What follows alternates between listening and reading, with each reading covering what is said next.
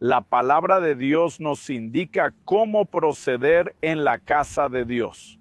No existiría una guía sobre esto si no fuera un tema relevante, aunque a menudo no logramos evaluar su verdadero peso. Hoy quiero hablarte sobre cómo debemos proceder en la casa de Dios. Acompáñame y en unos minutos entenderemos mejor este asunto.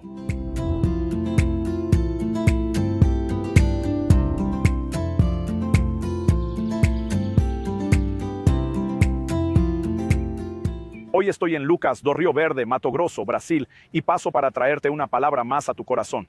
Y el texto que quiero tomar como punto de partida y que va a determinar el camino por el que nos moveremos en esta reflexión es 1 Timoteo capítulo 3, versículos 14 y 15. Pablo dice así: escribe estas cosas para ti, esperando verte pronto, pero si me retraso, sabrás cómo debes proceder en la casa de Dios, que es la iglesia del Dios vivo, pilar y fundamento de la verdad. Pablo le dice a Timoteo que espera estar pronto, pero si se retrasa, es fundamental que ya tengas esta orientación sobre cómo proceder en la casa de Dios. ¿Qué es la casa de Dios que se menciona aquí?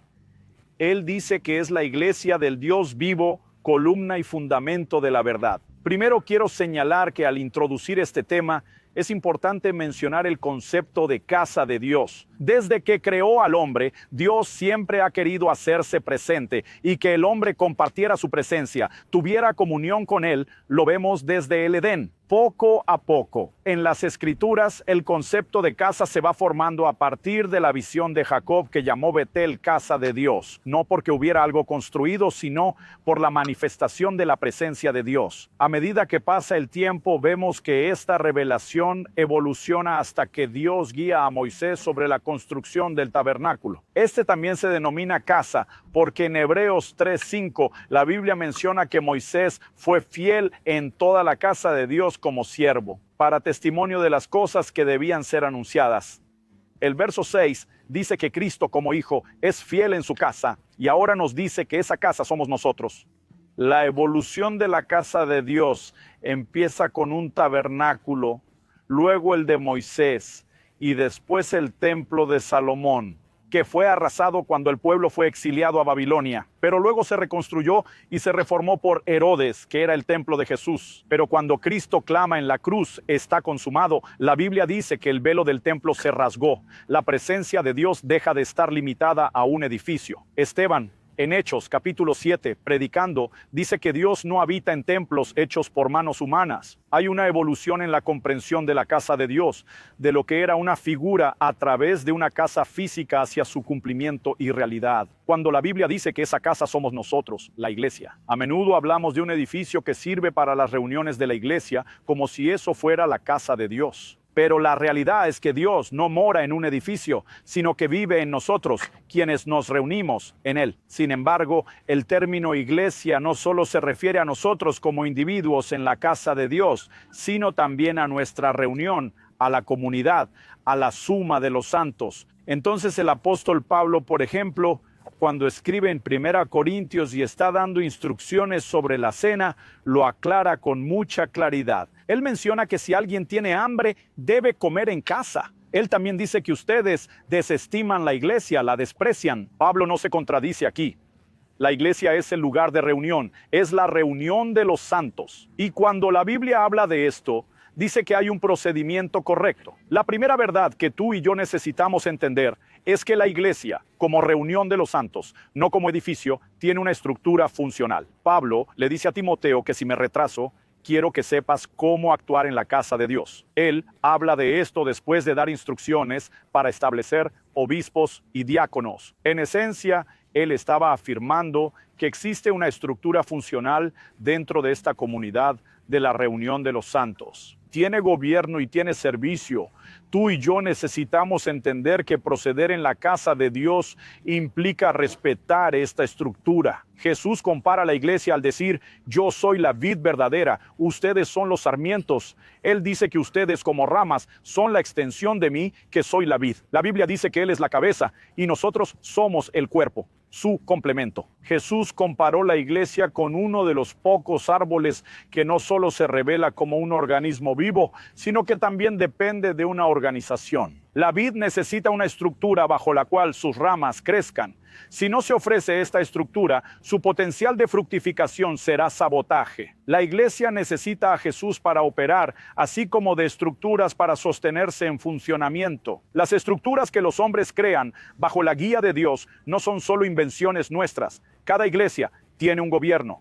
El gobierno consiste en personas. La Biblia habla en 1 Timoteo 5:17 de los ancianos que gobiernan bien. No obstante, los hombres que son designados para gobernar deben prestar atención al Espíritu Santo, como se muestra en Hechos 13. Los líderes reunidos orando y ayunando, la Biblia dice que el Espíritu Santo se manifestó. Pero Dios quiere dar dirección a la iglesia y necesitamos respetar este principio de liderazgo y gobierno establecido por Dios. Pero también necesitamos entender que aquellos que gobiernan no pueden hacerlo todo. Delegarán funciones a otros que ayudan a servir sin participar en el gobierno. Aquí es donde nacen los diáconos. Y la idea es que a través de estos dos grupos, los que gobiernan y los que sirven, toda la iglesia sea tocada para que todos trabajen. Hay una estructura funcional y esta estructura necesita ser respetada, porque dentro de ella hay un patrón de funcionamiento, ya sea la estructura de gobierno o la instrucción que Pablo ofrece a los corintios acerca de cómo debe ser la cena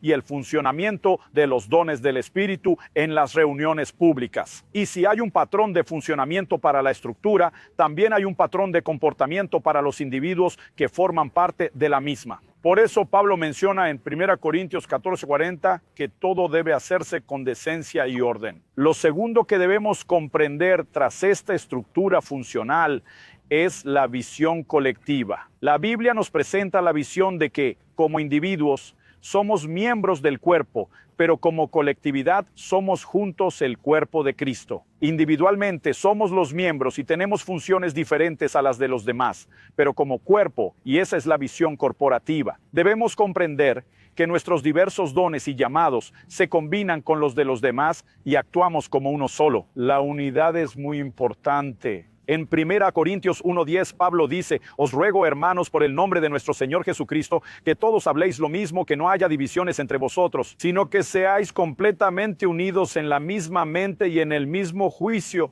porque es necesario que nos movamos como una visión corporativa. En el libro de Apocalipsis, en los capítulos 2 y 3, encontramos 7 cartas que Jesús envió a las iglesias de Asia, en las que vemos que envía un mensaje al ángel, el mensajero, el líder de la iglesia, pero se dirige a todo el pueblo, a ese cuerpo, a esa iglesia local, como uno solo, y habla como si estuviera hablando con una única persona. Llamamos a esto visión corporativa. Pablo dice que si un miembro del cuerpo sufre, todos sufren juntos. Si uno se alegra, todos se alegran. Por lo tanto, en un entorno de visión corporativa, no podemos pensar que cada uno actúe a su antojo.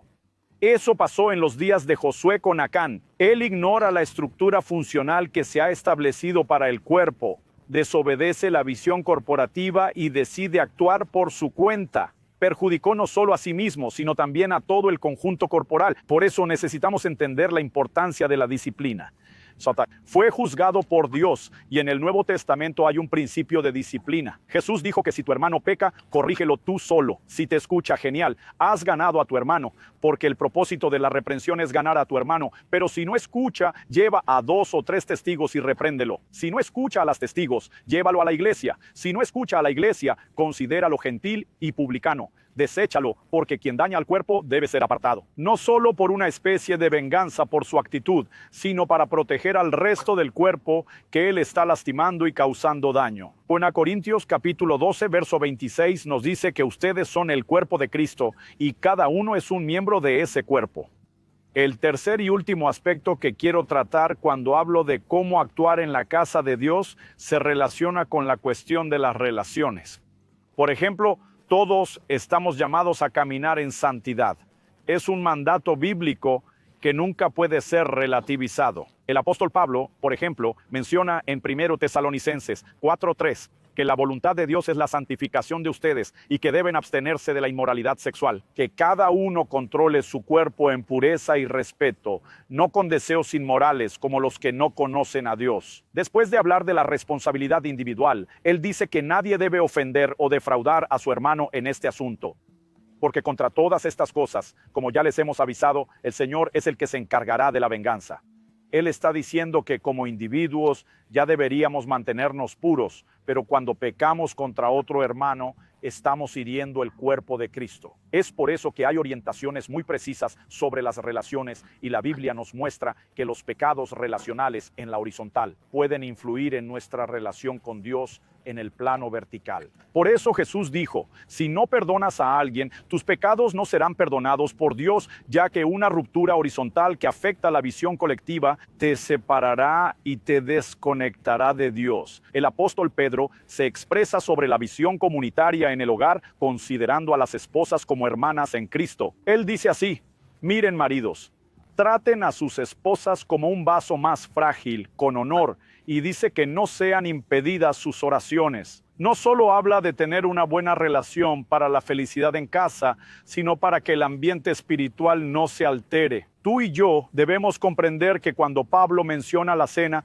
se refiere a no respetar al prójimo en las relaciones. Si perdemos la visión comunitaria, estamos poniendo en riesgo lo que Dios ha preparado. Por eso él menciona que es crucial saber cómo comportarnos en la casa de Dios, ya que en la cena habla de quienes comen y beben sin discernir el cuerpo. Come y bebe juicio para sí. Discernir el cuerpo no es solo ver lo que Jesús hizo por nosotros, sino entender dónde estamos insertos y cómo el impacto de nuestras actitudes afectará a las personas que forman el mismo cuerpo. Esto puede llevarnos a tener discernimiento, el juicio de Dios, y cuando entendemos la importancia de cómo proceder en la casa de Dios, respetando la estructura funcional, la visión corporativa y relacional, veremos un gran movimiento de Dios en su iglesia. Que el Señor nos ayude a darle la respuesta correcta.